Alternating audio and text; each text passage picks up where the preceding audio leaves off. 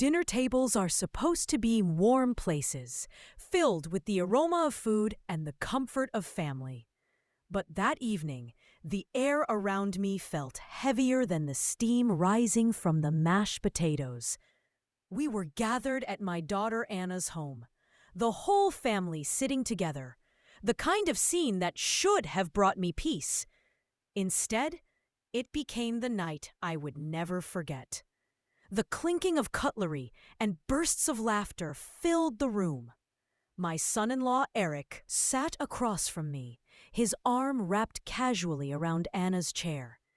He had always been the loudest voice in the room, the kind of man who demanded attention whether he deserved it or not.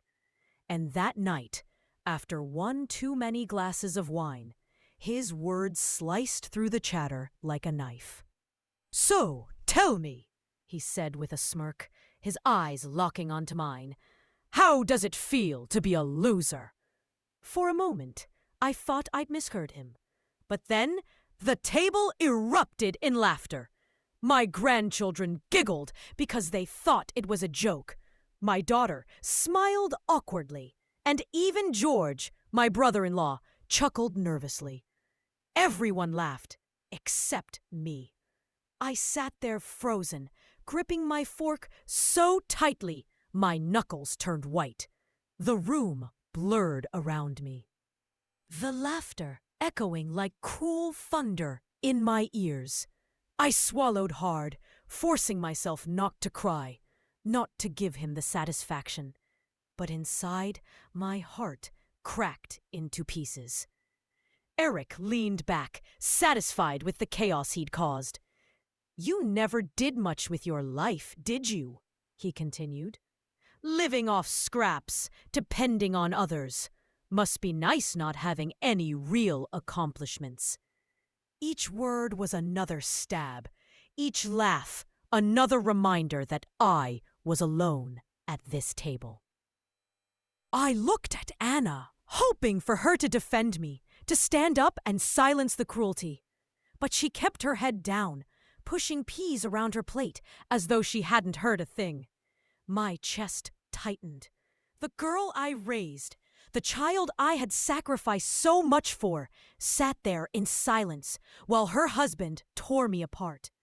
I wanted to speak, to defend myself, but no words came out.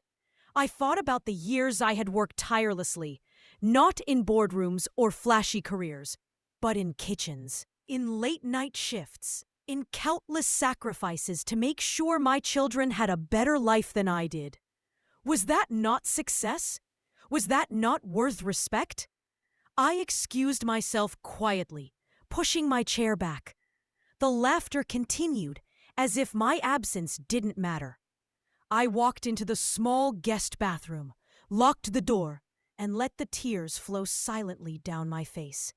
The mirror reflected a tired, broken woman, but also a woman who had endured storms far greater than Eric's words. But as dawn broke, something inside me shifted.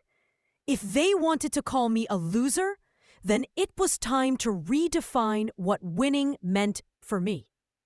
Over the following weeks, I poured my energy into myself.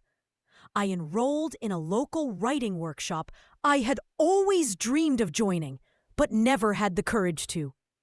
I started volunteering at the community center, tutoring kids who reminded me of my younger self, hungry to learn, desperate to be seen.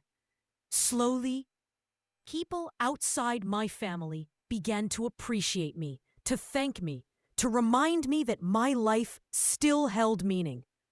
One evening, months later, we gathered again at Anna's house. This time, I was different. When Eric sneered and tried to make another comment, I met his eyes with a calm strength he hadn't expected. "You know what, Eric?" I said firmly, my voice steady. "Being a loser isn't raising children who stay silent when their mother is insulted. It isn't about wealth or flashy success. A loser is someone who tears others down to feel tall." The room went silent. Eric's smirk faded. Anna's eyes filled with tears. For once, no one laughed. I stood, collected my bag, and left the table. Not broken, not ashamed, but finally free. Because I realized something that night. Dignity is not given. It is claimed. And I had finally claimed mine. Now, when I look back, I don't remember Eric's cruel words or the laughter that followed.